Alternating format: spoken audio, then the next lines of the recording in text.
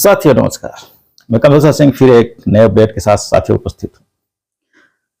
साथियों, हमारे पास एक इंक्वायरी हमारे आरटीआई एक्टिविस्ट की ऐसी आई जिसको देख के मुझे थोड़ा सा आश्चर्य हुआ, क्योंकि जिस तरह से आरटीआई का काम विभाग देख रहे हैं, कहीं ना कहीं बहुत बड़ा प्रश्न चिन्ह उठ रहा है। साथियों, ये हमारे आरटीआई एक्टिविस्ट हैं उज्जैन जिले से। उन्होंने मुझे संपर्क किया, बोले सर आपसे थोड़ी सी मदद चाहिए। हमने कहा बिल्कुल मदद मैं आपकी करूंगा, आप बताएं क्या स्थिति है। बोले मैंने 2024 में एक आरटीआई लगाई थी जिसका जवाब हमें कुछ इस तरीके से दिया गया है कि मैं उसको समझ नहीं पा रहा हूं कि मेरी आरटीआई गलत थी या फिर इनका जवाब गलत है, तो आप देख के इसको बताएं। साथियों, उसी आरटीआई को आज लेके मैं आया हूं आप लोगों के सामने, और आप लोग चाहते हैं कि ऐसी जानकारी आप सबको मिलती रहे, तो आप हमारे दिए गए नंबर पे मुझसे संपर्क कर सकते हैं। आरटीआई को लेकर आपको कोई भी समस्या आ रही है तो, और हम आगे चर्चा करेंगे इस आरटीआई के बारे में। तो साथियों, इन्होंने जो आरटीआई लगाई थी उसका जवाब जो आया है हम आपको जवाब दिखाना चाहेंगे। इस जवाब में भी जो है तो इनका जो आरटीआई आवेदन के जो बिंदु हैं वो बाकायदा लिखे हुए हैं। हम उनको अलग अलग आपको स्क्रीन शॉट लेके कट करके हम दिखा देंगे कि उनके सवाल क्या थे और विभाग ने जवाब क्या दिया है। तो साथियों, इन्होंने जो जवाब दिया, विभाग ने सबसे पहले पीआईओ ने दिया, लोक सूचना अधिकारी ने, फिर हमारी ये साथी प्रथम अपील लगाई। प्रथम अपील में सेम टू सेम जो लोक सूचना अधिकारी ने जवाब दिया था उसी को कॉपी पेस्ट किया, और अपने जवाब में भी उन्होंने प्रथम अपीली लोक सूचना अधिकारी ने लिखा कि जो लोक सूचना अधिकारी ने जवाब दिया है वो सत्य है और आपकी आरटीआई यहीं पर निष्कृत की जाती है। अब यहां पर सवाल सबसे पहले तो लोक सूचना अधिकारी पीआईओ पर है, उसके बाद प्रथम अपील अधिकारी जो होते हैं उन पर तो बहुत बड़ा सवाल है। और यदि राज्य सूचना में भी यही चीज जाती है और राज्य सूचना भी सेम यही कॉपी पेस्ट करता है, तो हम वहां भी बहुत बड़ा सवाल उठाएंगे, इसमें कोई दो राय नहीं। क्योंकि जिस तरह से इनकी आरटीआई का जवाब दिया गया है, अब हम आपको दिखाना चाहेंगे कि उन्होंने जवाब किस धारा के तहत दिया है कि जो आरटीआई आपके द्वारा प्रस्तुत की गई है, ये आरटीआई आपकी जो है इसके तहत आपको जवाब नहीं दिया जा सकता है। वो धारा है लोक सूचना अधिकार अधिनियम 2006 की धारा 3 की उपधारा 2 के तहत। हमने बोला लोक सूचना अधिकार अधिनियम 2006। क्या आप जानते हैं कि लोक सूचना अधिकार अधिनियम 2006 क्या कभी लागू हुआ है अपने देश प्रदेश में? जी हां। यदि आप जानते हैं तो कमेंट्स करिए, और नहीं जानते हैं तो भी कमेंट्स करिए, कमेंट जरूर करिएगा, क्योंकि यहां पे हम आपको इस धारा के तहत और लोक सूचना अधिकार अधिनियम 2006, जबकि हमारे पूरे देश पूरे स्टेट में कौन सी अधिनियम चलती है? लोक सूचना अधिकार अधिनियम 2005 लागू है, चाहे वो सेंट्रल गवर्नमेंट की सरकारें हो चाहे वो स्टेट गवर्नमेंट की सरकारें हो। हर ऑफिस में दोनों सरकारों के तहत जो भी ऑफिस चल रहे हैं उन पर लोक सूचना अधिकार अधिनियम 2005 लागू होता है। लेकिन ये 2006 अधिनियम क्या है? अभी हम बोल रहे हैं लोक सूचना अधिकार अधिनियम 2006, लेकिन सच्चाई साथियों इसमें हमने थोड़ा सा एडिट किया है, थोड़ा सा कट किया है। जो हम लोक सूचना अधिकार अधिनियम 2006 कह रहे हैं, इसमें थोड़ा सा और लेख है। वो क्या है हम आपको उसके बारे में बताएंगे, लेकिन उसके पहले आप लोक सूचना अधिकार अधिनियम 2006 को समझें, उसके पहले हम आपको थोड़ा सा दूसरे तरफ यानी अपने संवैधानिक व्यवस्था की तरफ मोड़ना चाहेंगे, क्योंकि जब तक आप उस संवैधानिक व्यवस्था के बारे में नहीं जानेंगे तब तक लोक अधिकार अधिनियम 2006 को आप नहीं समझ पाएंगे। तो चलिए साथियों, हम चलते हैं अपने संवैधानिक व्यवस्था के तहत। आप लोगों को सबको पता है कि हमारी संवैधानिक व्यवस्था जो है 3 स्तंभों में चलती है। वो 3 स्तंभ कौन से हैं? पहला स्तंभ अपना हो जाता है विधायिका, दूसरा हो जाता है कार्यपालिका, और तीसरा हो जाता है न्यायपालिका। अब ये तीनों स्तंभ अलग अलग स्तर पर काम करते हैं, तीनों के अलग अलग अधिकार हैं, सबके अपने संवैधानिक अधिकार हैं, सबके अपने संशोधन के अधिकार हैं किसी भी नियम में। तो अब आ जाइए, हम चलते हैं लोक सूचना अधिकार अधिनियम 2006। आखिर ये किसका अधिनियम है?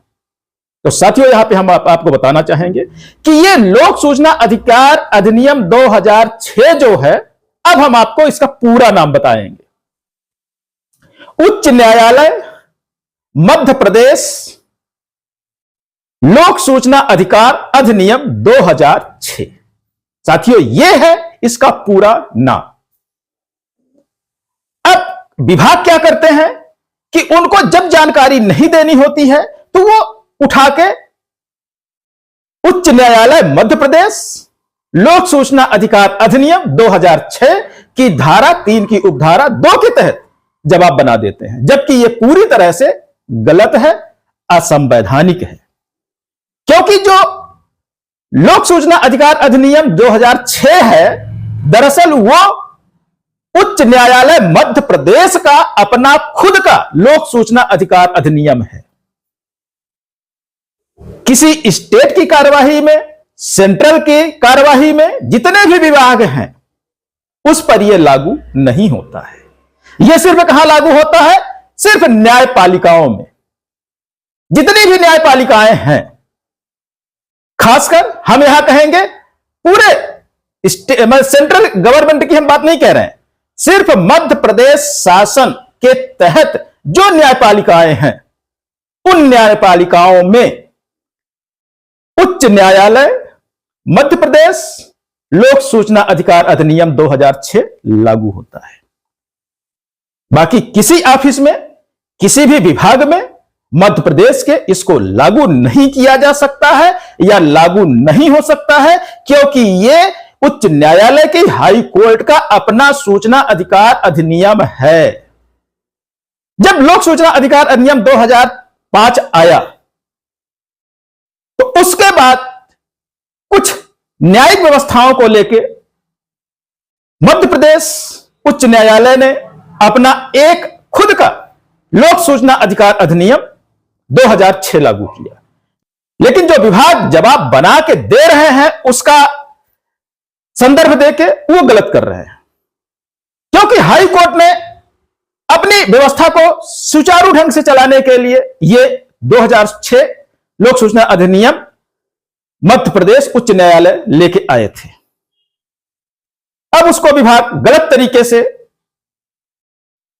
सूचना ना देने के लिए उपयोग कर रहे हैं, जो पूरी तरह अनुचित है, असंवैधानिक है। तो साथियों, यहां पे हम आपको बताना चाहेंगे कि 2006 उच्च न्यायालय मध्य प्रदेश लोक सूचना अधिनियम जो है, उसमें उनका खुद का फॉर्मेट है।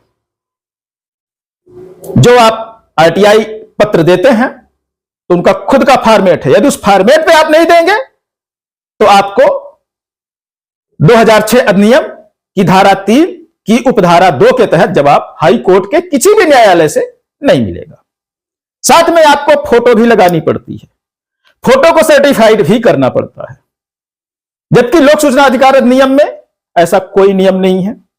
ना फोटो की जरूरत है, ना तो किसी फॉर्मेट की जरूरत है। आप चाहे तो एक सादे कागज पर विषय लिखिए और उसमें जानकारी जो आप चाहते हैं लोक सूचना अधिकार अधिनियम 2005 के तहत जानकारी उपलब्ध कराने बाबत, इतना आप लिख दीजिए, सादे कागज पे लिखिए और सादे कागज पे ही आप अपनी सारी डिटेल दे दीजिए और साथ में आपने जो जानकारी चाहिए है वो जानकारी भर दीजिए। आपको जवाब लोक सूचना अधिकारी को देना पड़ेगा। लेकिन यदि सादे कागज पे आप हाई कोर्ट में, किसी भी न्यायालय में आप आवेदन करते हैं तो आपकी आरटीआई अमान्य कर दी जाएगी। क्यों?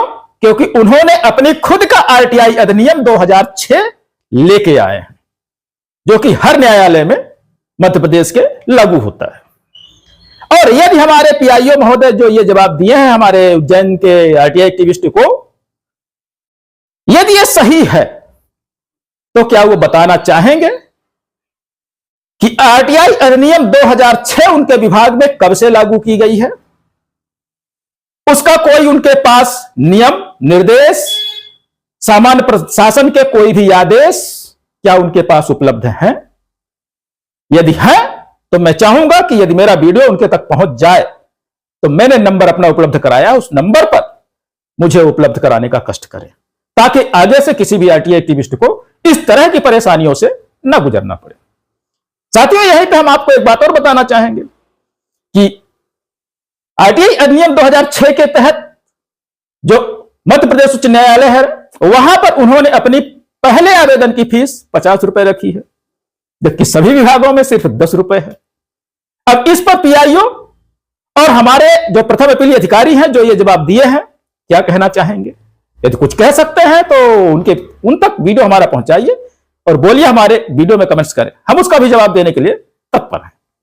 तो साथियों, इस तरह की समस्याएं आ रही हैं, बहुत समस्याएं आ रही हैं। यदि आपको कोई भी समस्या हो तो आप हमसे संपर्क कर सकते हैं, हम आपका पूरा सहयोग करेंगे। साथियों, इसी अपडेट के साथ लेते हैं विदा।